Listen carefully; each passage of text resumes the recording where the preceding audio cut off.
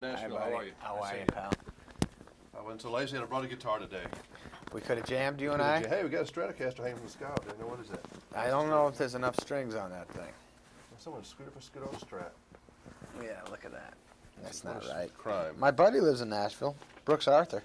I know Brooks Arthur. You do? Mm-hmm. He's a good man. He's Writing and moving. He's moving. He's coming out here. Oh, he is, finally? Mm-hmm. I'm not surprised. I was doing a little research here. I like a quote that I read about you. The most talentless, juvenile, and offensive member of the current cast of Saturday Night Live is some time ago. Yeah. When you read stuff like that, just bounce off, or does it kind of hurt? Or you agree with them? I think that man or woman has a point. No, yeah, I don't read it anymore. I've heard a lot of negative things said about me, but I've been hearing that my whole life. You know, hey idiot, how you doing, moron? You know, since I'm 5 years old, how's that going to hurt me anymore? I'm thick-skinned. You know, comedy's a tough business to get into. You were a class clown. I did that work too. I spent a lot of my time in the hallway in high school. Yeah, yeah. You know, sitting outside. Yeah. Now they'd shoot you for going out there, you know, Yeah. but in those days it was all right. You spent a lot of time in the principal's office? Well, I did the hallway, but I never sat. I laid. I considered it nap time when I'd get thrown out of class. That was nice. I'd lay in the hallway and get my clothes dirty. Then I go to the principal's office, try to sweet talk the principals. When it was a man, it didn't work. When it was a woman, it didn't work either. But Did you ever sing in class? That's what I used to get kicked out for. yeah. I would sing songs like, you know, I'd write my own songs. I'd sing like, I'm gonna cheat on this test, you know, and then they'd throw me out. Did you ever do one-liners like in English history? She would say something and you just had to butt in there and finish the joke? I would. It wasn't a joke? Yeah, I would talk to out of line, and I got some laughs, and I got mostly some stares. But it's good training. It brought me to who I am, which is the most juvenile. Offensive. Yeah. Current talentless. Add that in there too. Yeah. But then there's Opera Man and Iraqi Pete and Cages. These guys dead? Are all those people dead? Or They're all hanging out at my house. All my characters. When I go home after our interview, I'm gonna sit down, have some coffee with them, and talk about the old days. Norm Macdonald getting canned from Weekend Update. That was handled kind of brutally. Your comments on that? Pretty dumb move. Great man, funny man. But Don Ohlmeyer said he wasn't funny.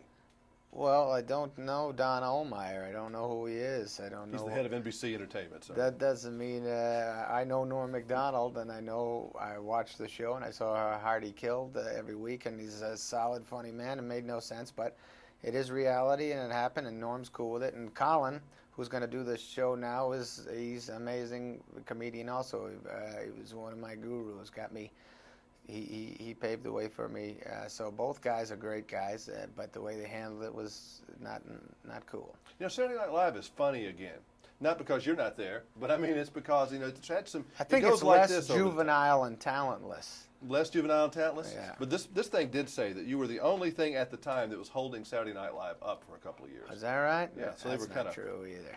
And this thing's full of crazy. full of caca. But I mean, it makes good questioning. It makes wonderful good questioning. You know, when I mentioned your movies to people, and I was going to interview you, the one they all really are jumping on, they really like a lot, is Happy Gilmore.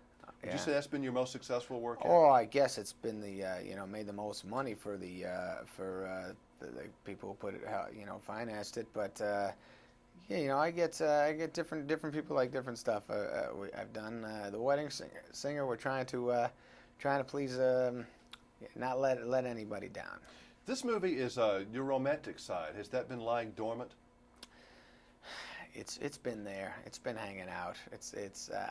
When I go home, I'm gonna go talk to the romantic side of myself, see how he's doing. He's all right. But you do a big kiss with Drew Barrymore. It's just a very sweet movie too. It's very It's sweet. very funny, but I mean it is kind of a sweet love story too. It's nice. It's a nice movie. What we wanted to do was do a romantic comedy with our jokes in it and stuff that would make us laugh and would hopefully make our fans laugh.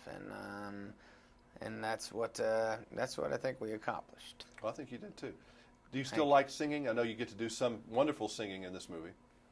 Is that a big part of your life or not really? I dig it. When I have some instruments up at my house, and when some players come up and we jam, I have a good time. I like doing that. It's fun. It's a free for all.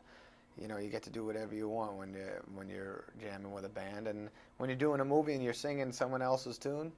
That you don't get to do whatever you want. You got to try to stay true to the song. But it was definitely fun. It gets you going. Well, I enjoy your work.